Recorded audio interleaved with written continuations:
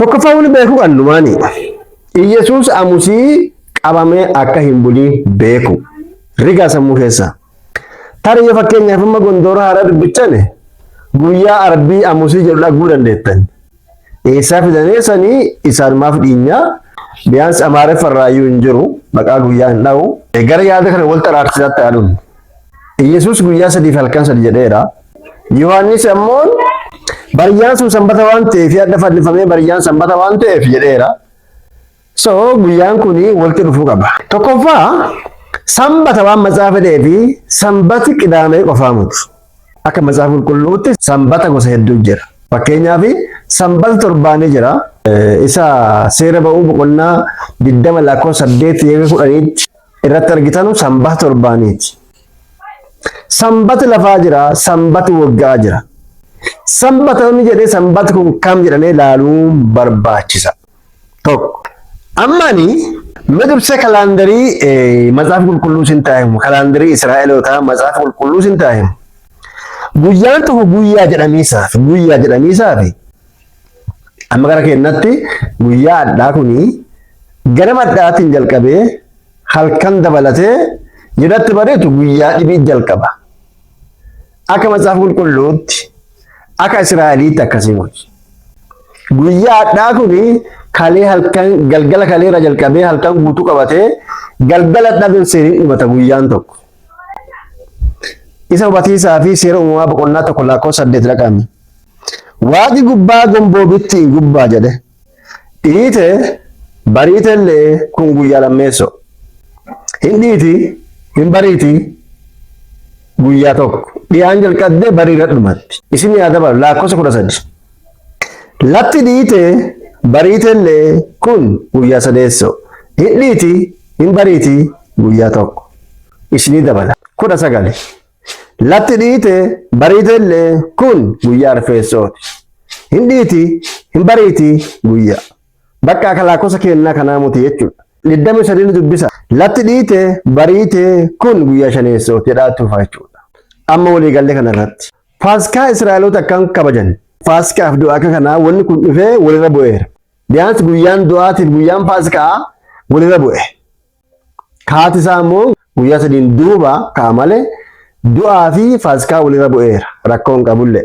Guyyaa yoona faasikaan kun kabajame amusii doonteene kaamisa doontaane gaafa roobeeti. Akkamiin beenna maxaafa maqaa guyyaan dhoonne. Dilbata waan ka'ee fi gara duuba gaafa laakkottu bira geetta. Faasikaan galgala kabajama. Waggaa keessa ji'a jalqabaa akka nu biratti amma fulbana meskireemii jennu kana ji'a niisan jedhamu gaafa guyyaa 14 faasikaa kabajama halkan. Halkan kuni halkan roobiiti. Roobiin halkan kana jalqabdee guyyaa fi dabalatti. Gala roobii kana faasikaa hin kabajama.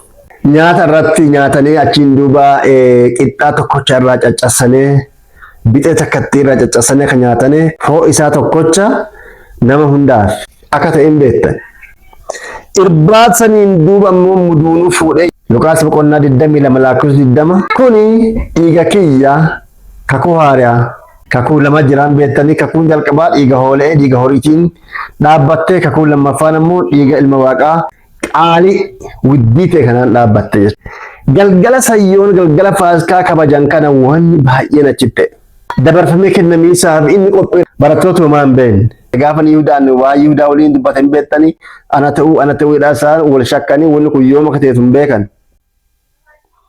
Isaan indoomni yoo seera maxaafa laaltanii ana caalaa sitti caalaa ana caalaa keessa hogaa keessa ture gaafa galgala sammataa isaa hin beekne isaan. Goottaan maqaa isaa bara baraa ulfaatu adoo ani hin beekin ati hin beekin isa ajandaa fi bara baraa raawwatee isaa dhufe raawwatee deebi'e maqaa isaa ulfaatu. Phexros laka mormatu galgalmoo kanatti hime irbaataan booda ammoo miila barattoota galgalmoo kana dhiqee eega achii ka'anayyoon irbaataan booda eega achii baanee matsaafa qulqulluu akka isaan gargaara jirsaa ba'an dubbata. Halkan kun guutuun halkan baay'ee ciniinsuu guddaa gooftaan ciniinfataa ture akka ta'e matsaafa qulqulluu ni hima. Kadhannaa yeroo 3 akka inni kadhate deddeebi'ee daadimataa kan ture. Maan jedhee daadimataa ture yoo hedduun keessan hin beektan danfi isaarraa akka dhiigaatti coccopheedha. Maqaa isaa ulfaatu. Inni galgala san galgala muddamaa hamaa ture. Muddama isaatiin muddami keessa ka ooluuf jechuudha. Warra muddama isaatiin muddami keessa oole baga gammadan guyyaan firdii jira guyyaa firdiiti famoon besso emmiyamin ay firdibbatam jedhameera muddama keessa muddama yesuusitti ooleera warri ammoo ammallee muddami isaa sanaan gatiin kaffaleen boqonnaa argatiin jirtan forfadhaa sababi isaa inni isinii kaffaleera warra ammoo isinii kaffalamuun beenne hin kaffalattan jechuu gara fuulduraatti so inni halkan kana hirribnu isaa hin qaban adolokkuun iyyiin na birmatta gaafani Phexros hin jedhe yaadattanii kan jechuun lukkuun sagal isaa kudhan halkan iyyitiin beektan yoon qabamaa halkan kan inni boqonnaa hin argatiin bulee hin kadhata takka qomaan lafa jigaa takka kadhannaa gubbaa bulee barattoota ammoo hirriba fi tumanii halkan moo kana qabama Yesuus yoo natti bariitu maanti ayoon Marqos boqonnaa 15 seeraan dubbisaa fuullee natti bariinaan kakkisaa qabanii fuulanii gara Phiilaaxoosii fidan yoo sa'aatiin sarteetu fannoon hin jalqabdi sa'aatii 6 kaasee sa'aatii 9tti latti hin dukkanooti fannoo gubbaatti maanti arrabi bacaan itti taphatis bacaan ififannis fannoo irraa bu'i jedha fannoo san gubbaatti namoon Elohee lama sabaktanii waaqa kiyya maaf na lakkiche yes isa lakkisee waaqi na qabate cubbuuti isa baate lammaffaa Qorontos boqonnaa 5 lakkoofsa 21 በእርሱ ቦታ ሆነን የእግዚአብሔር ጽድቅ እንሆን ዘንድ ኃጢአት ያላወቀውን ስለኛ ኃጢአት አደረገው ጎላም ማነቁልቁልማ በከለ መተርሰ ዋአች ጉባተ የሆነ ቀበዳ ገረጡማቲ እየ ሐፉረ ፍከነ ዱኤ አሞና ሲት ወንጌል ዮሐንስ በቆናን ኩለሰ ገላኮ ሱዱም ይቶኮ ጉያን ኩን ጉያ ቆጲቲ ጉያ ኢታኖሙን Sambata special sabbaz guyyaa sanbata guddaati dubbiin jettu asibbaati maaf sambataan Israa'elooti Yerusaalemin cufalti hin boqotan reeffi isaanii ammoon as gubbaa ooluun qabu sababi isaa Yerusaalemi ala waan fannifamaneef sadiinuu dhaqanee tafa isaanii cassanii fannoo gubbaa buusaaf dubbiin tun baate adhaa qophii boru sanbata waan ta'eef namni gaditti hin baa'u lafa cassaa gubbaa buusaa sababi isaa namni fannoo irra fannifame dafee waa hin duuneef gaafa isaan dhufan Yesuus ammoon du'eera hafuurri isaa ba'eera isaaniyyuu maadeffatanii akka mariitiin du'eedhane beektanii hiikkasaa lafee isaa kacaddu hin barbaanne waaqi ingiliffarra gaaf dubbichane we are his flesh and his bones jedha nafaa fi lafee isaati nuti waan ta'eef lafee kacaddu kiristaana kabadu waa hin barbaanneefi ergaa fi achirra dabarse galgal mukareewwan lattiin dhiin Yoosef Armaatiyaan dhaqee mooticha gaafatee reeffa isaa fuudhee iddoo awwaala fi qopheeffate keessatti awwaale akkaataa awwaala isaaniin beektanii maatiin qopheeffatanii yoo akaakuun du'een abuubool maatiin hundi adda sakkatti gataman dhakaa keessa ta'e moo holla adda addaa ta'e moo achitti Yoosef Armaatiyaan moo fi qopheeffateera namni kamiin itti gatamee hin beeku kana waaqi beekaa godhe sababi isaa dureefi biraa jiraate ka biraatti ka'eedhanii waan biraa dubbatuu danda'anii qofuu gatame jechuudha. Halkan kana wona achi bulu. Halkan tokko. Yoo natti bariitu sanbata guddaa maaniin kaamis akkamiin jechuun keessan gaarii. Akkaataa itti faasikaan kabajamu Lewwota boqonnaa 29 lakkoofsa 5 dubbiyyuu jilti irra dabaramaata mootii waan maraajaa tokkeessoo guyyaa 10 arfeessootitti galgala dimimmisa jilifanti.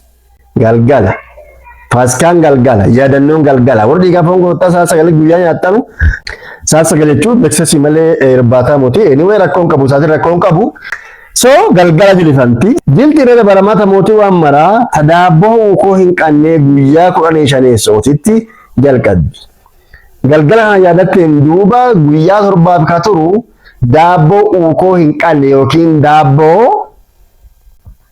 irshoo hin qanne 7 tokkoof nyaatti Israa'el maal isaan yaadannoo gaafa biyya Gibxii keessaa ba'anii san ariitii namni dhaqqabee irshoo waa hin nyaanneef ariitii waan deemanuu fi yaadannoo saniif 7 tokkoofitti fufa so bariisan jalqabdi gaaruu caqaseewwan lakkoofsa torba waan jedhu guyyoota kana keessa guyyaan tokkeessoo yaa'ii hojiitti godhadhaa ijjuma hujiina special sabbath yookiin sanbata addaa kan macaafa dhosa kana guyyaan kun maarra oola aamusiirra oola sanbata special sabbathii waan ta'eef guyyaan kunillee guutummaa dabaraa jechuudha Asitti qoonni ishee tuqee dabaru.